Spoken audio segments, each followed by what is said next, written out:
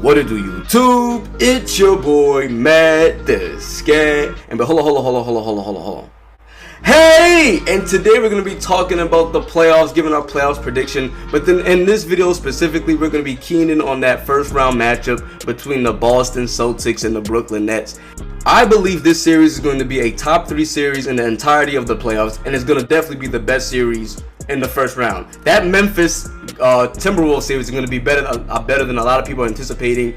It all depends on if Carl Anthony is going to really tap into that and show up, but I'm not even going to get into that. That's a whole nother video. But this Brooklyn Celtics matchup is really interesting because there's no evidence, or recent evidence I should say, that cements the idea that one of these two teams has a distinct advantage over the other.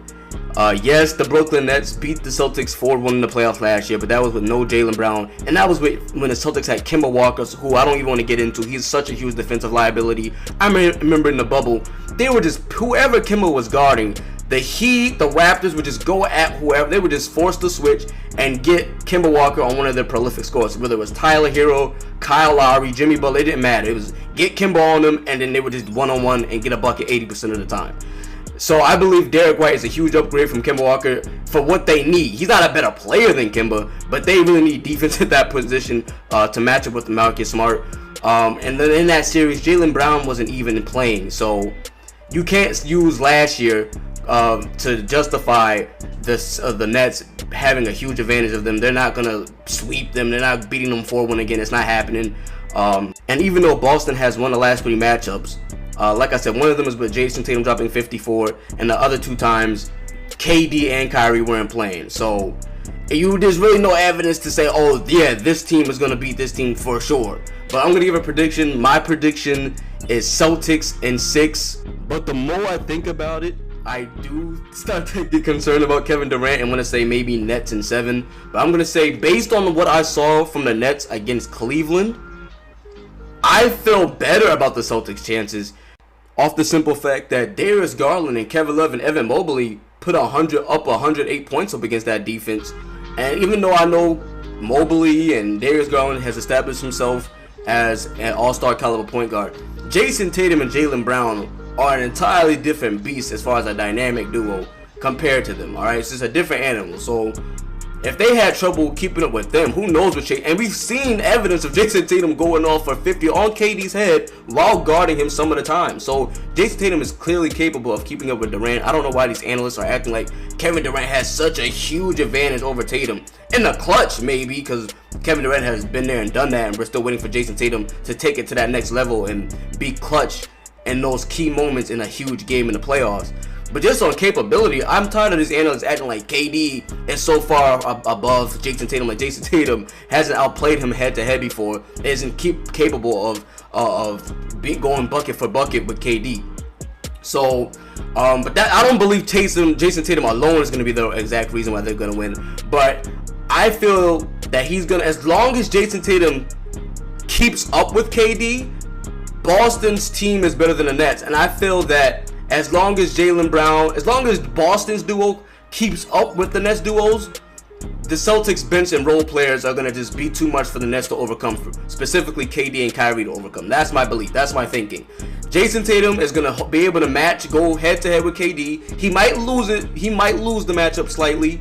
But as long as he's able to keep up with them, I believe the Boston's role players are going to be able to be the difference maker and are going to push the Celtics past the Nets in the first round. Now I know if it goes to a game 7, it's probably in KD's favor because, like I said, he's been on this stage before, and Jayson Tatum has been known to choke leads in the playoffs. We seen him do it against Miami. They had a lead in every one of those games and they ended up losing.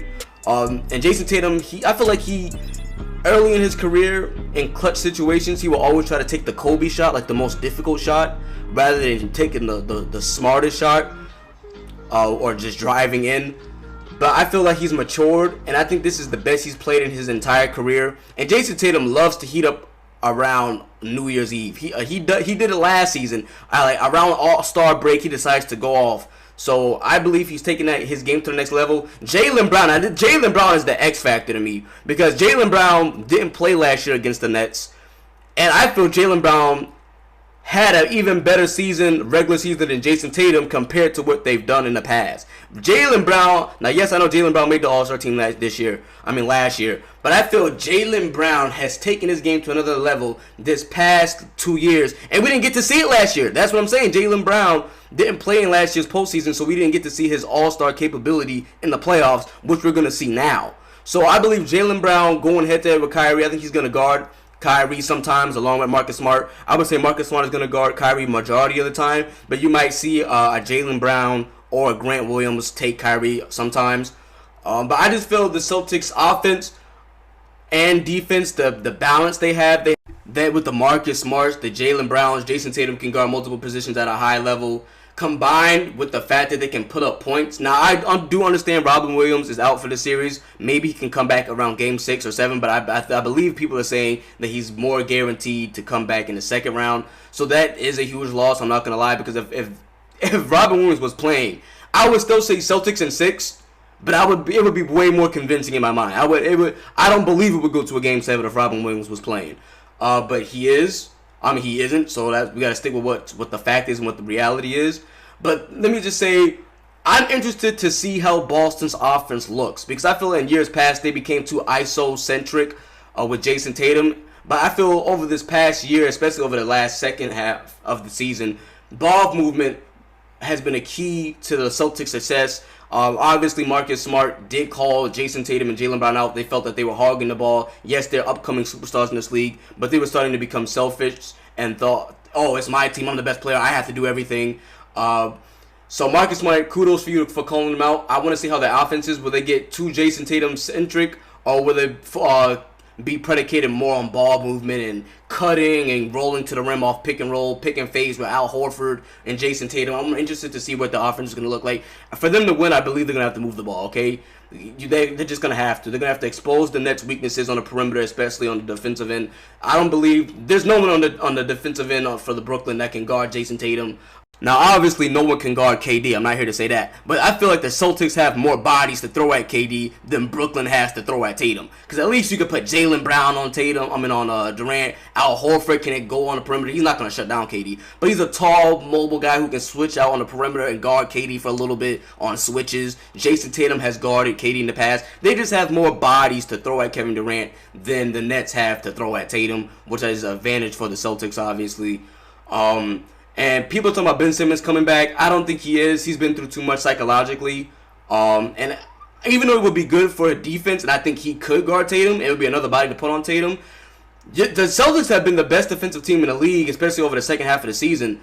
Ben Simmons still can't shoot, as far as I know. Why would you make it 4-on-5 against the best defensive team in the league over the second half of the season? You're going to give the best defensive team an advantage and a second person to put on a KD and double team Kyrie and let the defender shadow players because Ben Simmons can't stretch the floor. You're going to let it be 4-on-5. That's the advantage Celtics. So I think Ben Simmons would do more harm than good for them. Yes, he'd be a good defender, but now it's 4-on-5 against the best defensive team over the second half of the season, man.